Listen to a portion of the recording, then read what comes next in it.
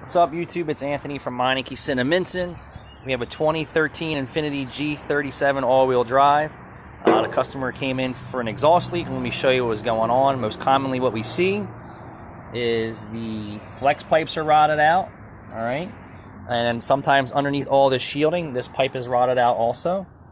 So to really take a good look at this, the flanges and the bolts were completely destroyed.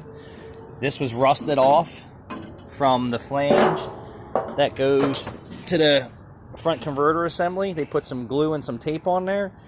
So the best repair is obviously to replace this whole ypipe assembly.